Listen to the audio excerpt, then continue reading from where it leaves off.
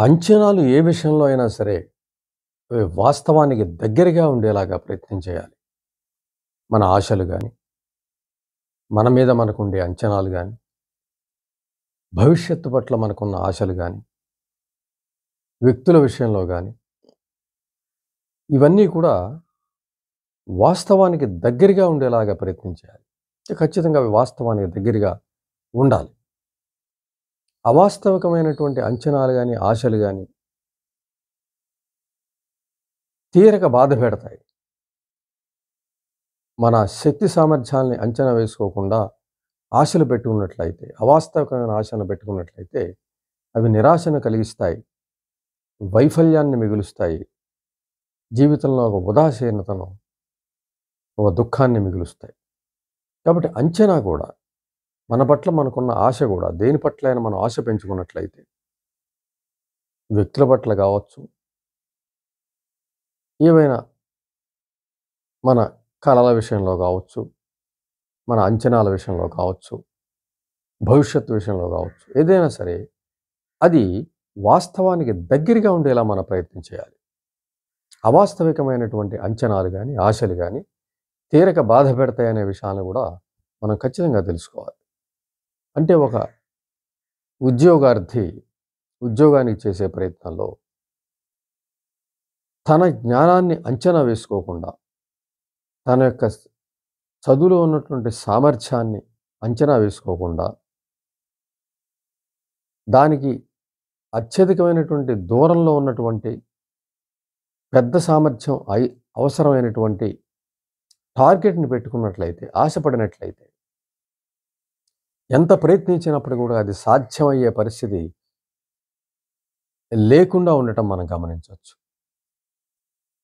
ఇతనికున్న స్థాయిని మించి అధికమైన ఎక్స్‌పెక్టేషన్స్‌తో ఉన్నట్లయితే, అవి నెరవేరని పరిస్థితిని గమనించొచ్చు.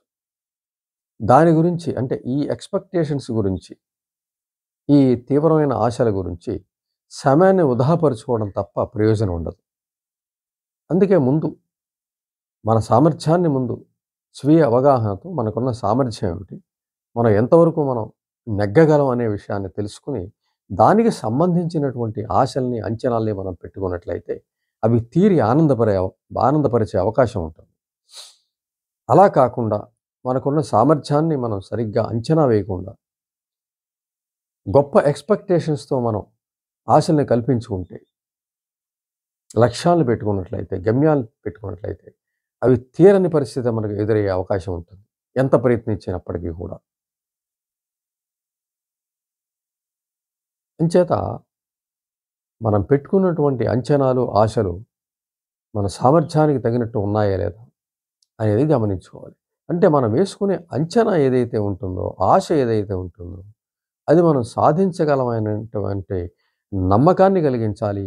అది వాస్తవానికి దగ్గరగా ఉండాలి. అంటే వాస్తవం అంటే మన సామర్థ్యానికి దగ్గరగా ఉండాలి. అది తెలుసుకోవాలి ముందు. చాలామంది ఎక్కువ మంది మనం గమనించినట్లయితే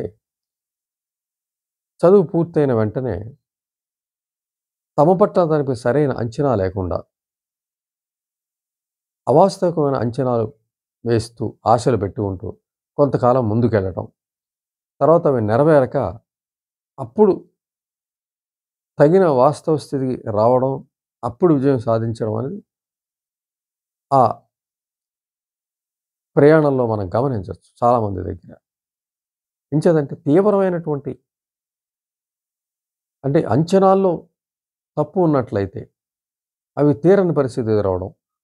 అలాగే సరిగ్గా అంచనా వేసుకోగలిగితే, ఆశపడగలిగితే అవి తీరడం అనేది మనం మన జీవితంలో ఒక్కసారి మనం తరచి చూసుకున్నట్లయితే మనకి కనిపిస్తాయి. లేదంటే మన చుట్టుపక్కల వాళ్ళ విషయంలో కూడా అది మనం గమనించగలం. ఇంచేత అంచనాలు గాని, ఆశలు గాని వాస్తవంగా ఉండేలాగా మనం ప్రయత్నం చేయాలి. అంటే దాని పట్ల మనకి సరైనటువంటి అవగాహన ఉండాలంటే ముందు మన శక్తి సామర్థ్యాల పట్ల మనకి అవగాహన ఉండాలి. మనం ఎంతవరకు సాధించగలం? మనం ఎంతవరకు అందులో విజయం సాధించగలం అనే విషయాన్ని అంచనా వేసుకోవడానికి ముందుగా మనము సాధించినటువంటి విజయాన్ని మనం బేస్ చేసుకొని ఆలోచించాలి. ఉదాహరణకు విద్యార్థికి డిగ్రీ తరగతిలో థర్డ్ క్లాస్‌లో పాస్ అయినటువంటి వ్యక్తి ఆ స్థాయి ఉద్యోగాన్ని ప్రయత్నించటం అనేది సామాన్యమైనటువంటి అంచనా. ఆ స్థాయికి తగ్గ ఉద్యోగాన్ని ఎంచుకోవడం, దానికోసం ప్రయత్నించడం అనేది దాదాపు సాధించే క్రమం ఉండే అవకాశం ఉంది. అలా కాకుండా ఆ వ్యక్తి తన అంచనాని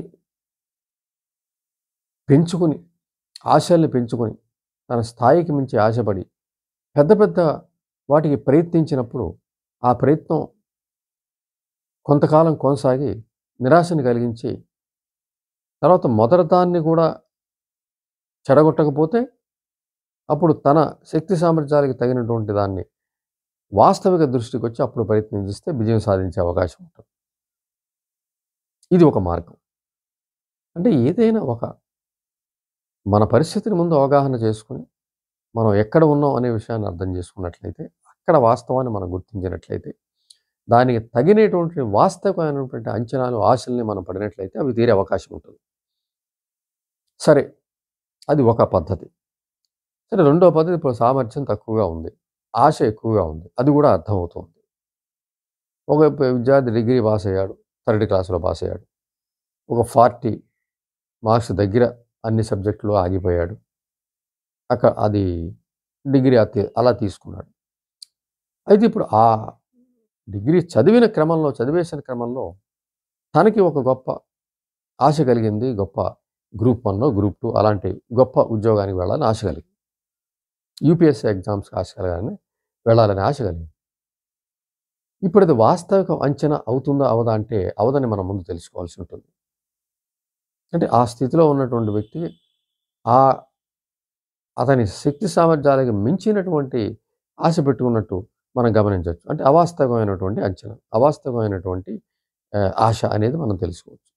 అయితే ఇప్పుడు ఈ శక్తి సామర్థ్యాన్ని మనం పెంచుకోవడానికి మనం ప్రయత్నం చేసినట్లయితే, ముందు దాన్ని అందుకుపోయే ముందు అవాస్తవిక అంచనా అనేది గ్రహించాం.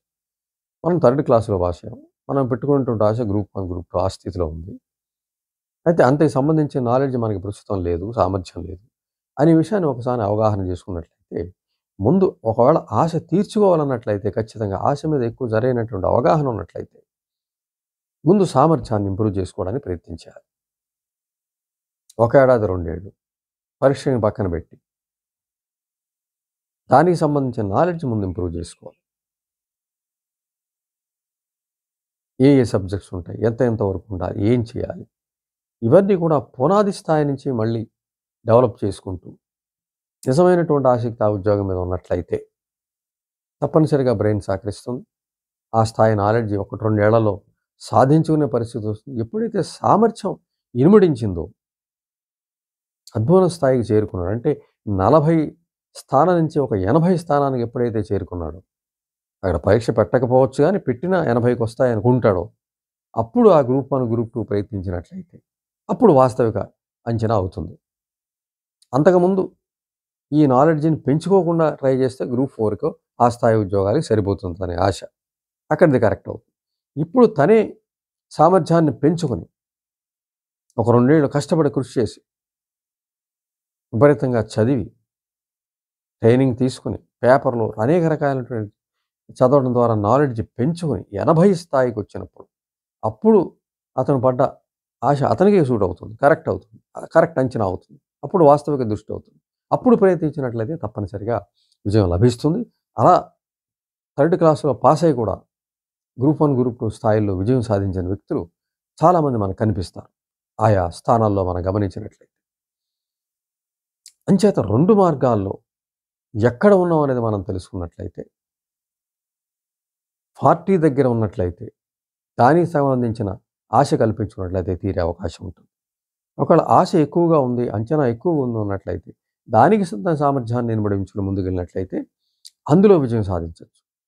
అంచేత విజయం అన్నది మనం ఖచ్చితంగా సాధించొచ్చు అనే విషయం మనకి స్పష్టమవుతుంది.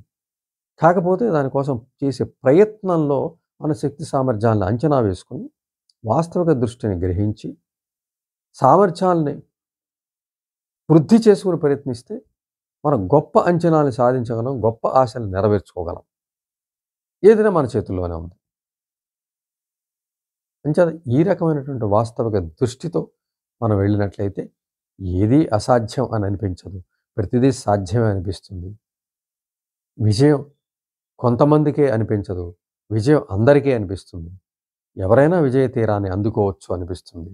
అంచేత ఎటొచ్చి ఇక్కడ ప్రయత్నం అనేది చాలా ముఖ్యం.